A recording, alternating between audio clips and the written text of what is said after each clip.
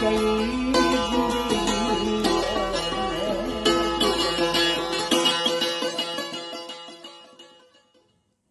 ये है कि ये जो बात घड़ के लाते हैं कि जी वो कतबों पे जी वो लिखा होता है, तो कतबों पे अहमदी, आपको पता है कि अहमदी जो है वो मुसलमान है, आपको पता है कि अहमदी कुरान करीम के अलावा किसी कुरान को नहीं मानते, आपको पता है कि अहमदियों की यही नमाज है और इसी तरह वो नमाज पढ़ते हैं, इसी किबले की तरफ वो मुंह करते हैं।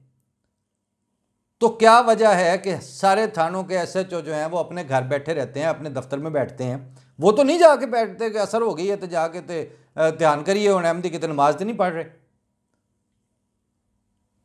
इसलिए कि अब ये सवाल जो है ये चूँकि दुनिया भर के मुख्तलिफ मुल्कों में लोग देख रहे हैं और वो ये सवाल उठाते हैं कि इन्होंने मौत की पई, हुआ क्या है, इनको मुसीबत क्या पड़ी है कि ये रोज़ एक तमाशा लगा लेते हैं।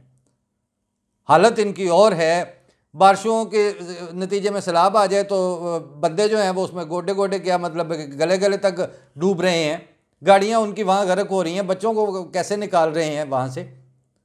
कोरोना है तो उसको मैनेज करने की इनके पास कोई सूरत हाल नहीं है, एजुकेशन का इतना बुरा हाल है। उस हालत में हर रोज़ ये खबर क्यों सुनने को मिल रही है पाकिस्तान से कि आज फलां जगह कब्रों के कतबे तोड़ दिए, आज फलां जगह कब्रों के कतबे तोड़ दिए। मैं तो क्लियर हेडेडली ये कहता हूँ कि जिस तरह इन्होंने पहले ये कहा था ना कि हम बेदलील काफिर मानते हैं, तो मतलब ये है कि इन्होंने ये इकरार कर लिया कि अब इनके पास दलाइल नहीं है। इसी तरह अब ये जो एक कब्रों को टारगेट कर रहे हैं और कतबे तोड़ रहे हैं, तो ये तयशुदा बात है कि अपनी ये ज़ाती कैपेसिटी में अब ये जिंदो जोगे नहीं रहे, ये अब कब्रिस्तानों पर और कब्रों जोगे ही रह गए हैं। और कब्र के साथ अब इनकी ऐसी मुनासबत डेवलप हो रही है इनकी हरकतों की वजह से कि हत्ता ज़ुरतुमुल मुकाबिर इनके लिए अब कोई ज़्यादा दूर नहीं रहा, नज़र आ रहा है। ये कब्रें तोड़ते मतलब जिनकी ज़िंदगी का क्लाइमैक्स ये हो। आप दुनिया में ज़रा गौर करें कि किसी ने किसी पे फतह पानी हो, पंजाबी में कहते हैं कि वो जो गैर मेयारी शरीक और दुश्मन होता है वो आपके सर में जब लाठी नहीं मारने के काबिल होता और आपके सर तोड़ने के काबिल नहीं होता, तो दीवारों में उस वक्त वहाँ पड़ी होती थी पाथियाँ और उपले, थापियाँ भी कहते हैं हमारे इलाकों में। तो वो क्या करते हैं, वो उनकी दीवारों पे डांग मार के थापियाँ तोड़ देते हैं, पाथियाँ तोड़ देते हैं, उपले तोड़ देते हैं। तो उस पर पंजाबी में ये मुहावरा बना कि पाथियाँ पन्ने वैर नहीं पूरे होंगे। मतलब अगर बात है तो वो बंदों के साथ होती है, ये थोड़ी है कि आपने किसी की दीवार पे पड़े हुए चांद उपले डांग मार के तोड़ दिए तो आपका वैर पूरा हो गया।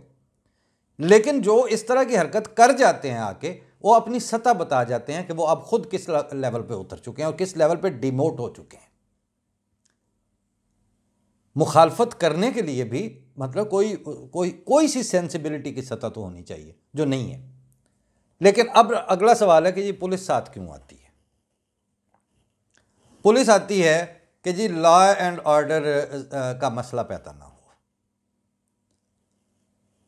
जब भी जमात अहमदिया और अहमदियों के हुकूक और उनके शहरी और शख्सी आज़ादियों और सिविल राइट्स के ऊपर और सिटीज़न राइट्स के ऊपर जब भी कुल्हाड़े चलाए गए हैं आज तक, हर दफ़ा गवर्नमेंट ने एक ही स्टांस लिया कि जी हम तो लॉ एंड ऑर्डर का मसले से बचना चाह रहे थे। जितनी बदतरीन लॉ एंड ऑर्डर की सूरत हाल इस वक्त पाकिस्तान में है, इस तरह की तो दुनिया में किसी और जगह पे देखने को नहीं मिल रही। दूसरा सवाल, क्या कोई हदबंदी है? भुट्टो ने कहा कि मैंने लॉ एंड ऑर्डर से बचने के लिए इनको तो काफिर करार दे दिया। ज़िया ने एक इनका पूरी मजहबी जमातें साथ में ला के तो वो अगला इकदाम कर दिया जो टोटल गैर इंसानी था। वो गैर आईनी नहीं था, वो गैर इंसानी था। उसके बाद ये पैमरा शैमरा आते हैं, वो ऐसी खच मारते हैं कि उसकी भी कोई मिसाल नहीं कहीं पे मिलती किसी दूसरे मुल्क में। अब आप जिस तरफ लेके चल रहे हैं, क्या आपका ख्याल है कि ये चंद कब्रिस्तानों के कतबे तोड़ने तक ये महदूद रहेंगे? ये तो वो टूटा हुआ जूता है जो आगे से आगे चलता जाएगा। तो जब ये इन्होंने किसी जगह पर रुकना नहीं है, तो आपको ये पता है ना कि अहमदियों की भी तो कोई हदूद होंगी। आप यानी रियासत के इदारे इतने चूचे और इतने मचले नहीं हैं कि इनको पता नहीं है। रियासत के तमाम इदारों को पता है कि अहमदियों की सारी ताकत नारेबाजी और बकवास करने में ज़ाया नहीं उन्होंने होने दी कभी भी, वो सारी उनके अंदर ही मौजूद है। उनको ये भी अच्छी तरह पता है कि ये अपनी चादर और चारदीवारी के तहफ़्फ़ुज़ के ऊपर किस हद तक इनका वो जो है रेजोल्यूटेड है। किसी चीज़ के ऊपर, यानी बंदा कहते कमला गल करे सियाना सोच लेंदा है। 130 साल में क्या हरकत है दरिंदगी की जो आप लोग नहीं करके देख चुके। पहले दिन से लेके जिस बात पे मिर्ज़ा गुलाम अहमद कादियानी बैत लेते थे, इमाम बानी जमात अहमदिया, आज तक उन्हीं अकायद पे बैत ली जा रही है। किस चीज़ में अहमदियों ने आज तक स्टेप बैक किया है अभी तक? इसका मतलब है आपको पता है कि ये स्टेप बैक किसी जगह से नहीं करेंगे। लेकिन आपको एक दूसरी बात का भी पता है, आपने एक दफ़ा भी किसी इकदाम को करते वक्त खुदाए वाहिद व यगाना को ना गवाह ठहराया है, ना उसको मदद के लिए बुलाया है, ना उससे कभी दुआ की है। अहमदियों ने एक दफ़ा भी खुदाए वाहिद व यगाना को छोड़ के ना आपको कभी मदद के लिए बुलाया है, ना कभी आपके सामने फरियाद की है, ना आपके सामने कभी अपने दुखड़े रोए हैं। किसी मज़हब, किसी बानी मज़हब के पैरोकारों को, किसी नबी की जमात को कभी ये ज़रूरत पेश नहीं आई। ये क्या इत्तफाक है कि उनको कभी ये ज़रूरत नहीं पेश आई अपनी ज़िंदगियों में कि वो लोगों को इबादत करने से रोकें, वो लोगों की कब्रें तोड़ते फिरें, वो जाके उनके मुसले करें, वो उनकी लाशों की बेहुरमती करें, वो उनकी औरतों के ऊपर गंद उछालें, वो उनको अगर गालियाँ देना आम वतीरा हो उनका। किसी नबी के पैरोकारों को कभी ये ज़रूरत नहीं पड़ी। आप कौन सा इस्लाम लिए फिर रहे हैं जिसके लिए आपको दुश्मनाने इस्लाम और दुश्मनाने मोहम्मद मुस्तफ़ा सल्लल्लाहु अलैहि वसल्लम वाली सारी की सारी अखलाक और हरकतें अपनानी पड़ रही हैं? कब्रें तोड़ना कौन से, किस मज़हब की तालीम में था? इस्लाम की तालीम में कहाँ था कि जाके उनकी कब्रों को मिस्मार करो, जाके उनके कतबों को खुरच दो, कलमा तैयबा मिटा दो। ये अपनी बदकिस्मती पे मातम करें कि कलमा तैयबा से रोकना और मिटाना ये अबू जहल के और उसकी कबील और कमाश के लोगों की हरकतें थी, ये बिलाल की हरकतें तो नहीं थी। आज़ सल्लल्लाहु अलैहि वसल्लम के सहाबा में से तो कभी किसी को ये ज़रूरत पेश नहीं आई, गए गुजरे इस्लाम में भी कभी ज़रूरत नहीं पेश आई। अब आपके पास ये जो पुलिस बुलाने पे चली जाती है, ये वो माँ है जो कमीने और घटिया दर्जे पे उतर चुकी है कि वो जालिम के सामने अपने ही बच्चे को 2-4 थप्पड़ मार देती है। हालांकि उसूल की बात है कि उनको कहें कि भाई ये क्या बकवास है, ये क्या हरकत है, ये जो आप हमें किस मकसद के लिए आप साथ ले जा रहे हो। दूसरी बात यह है कि ये काम पुलिस अकेले क्यों नहीं करती? पुलिस अकेले इसलिए नहीं करती कि अगर ये मुलवाने साथ ना हों और सिर्फ पुलिस जाके ये हरकतें करनी शुरू कर दे, इसका मतलब है स्टेट कर रही है। तो स्टेट और हुकूमत जब ये अहमदियों के ख़िलाफ़ इस तरह का मुल्क की हरकत शुरू कर देगी तो वो गैर इंसानी तो पहले ही पूरी दुनिया में समझी जा रही है।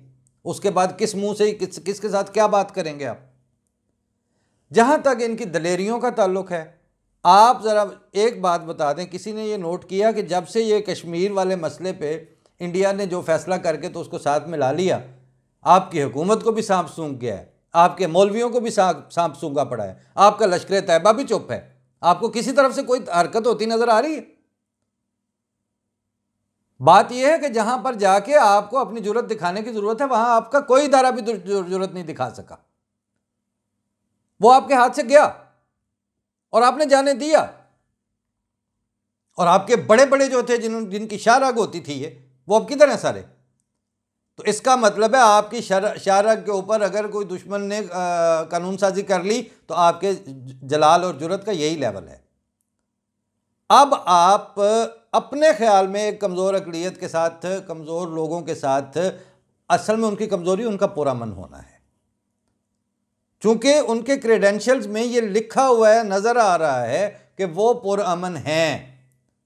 वो पंजाबी में एक मुहावरा है कि अगर कोई मां दे नाल लड़े तो उन्होंने हाथ कित्थे पावे। अहमदी रियासत को अपनी मां समझते हैं, मुल्क को अपनी मां समझते हैं, मादरे वतन समझते हैं, इसलिए आगे से हाथ नहीं डालते।